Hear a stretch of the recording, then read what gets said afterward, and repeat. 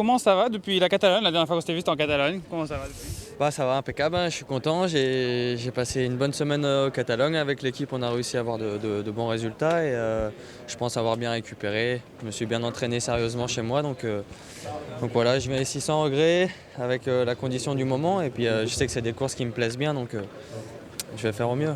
Justement, quand on voit le résultat de l'an passé, cette année, vous arrivez avec des objectifs. Vous pensez que la condition vous permet d'avoir des objectifs sur cette semaine et demie?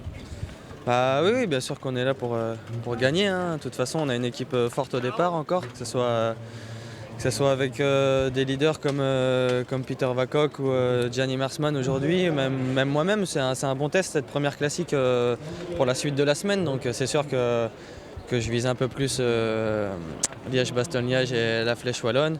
L'Amstel aussi, c'est une course qui me plaît bien, mais voilà, je profite vraiment d'être ici et je vais tout donner pendant cette semaine et essayer de faire des résultats. Ouais. Pour la course d'aujourd'hui, c'est souvent la plus ouverte des quatre finalement. Comment vous la voyez?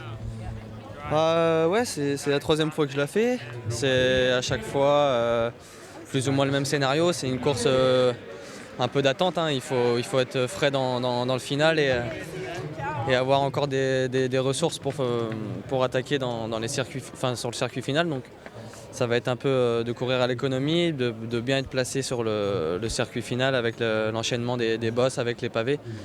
Et voilà, il y a le vent aussi qui peut rentrer en compte, peut-être la pluie aussi en fin de course. Donc voilà, il ne faudra pas se faire piéger. Ouais. Vous avez parlé de leader de l'équipe.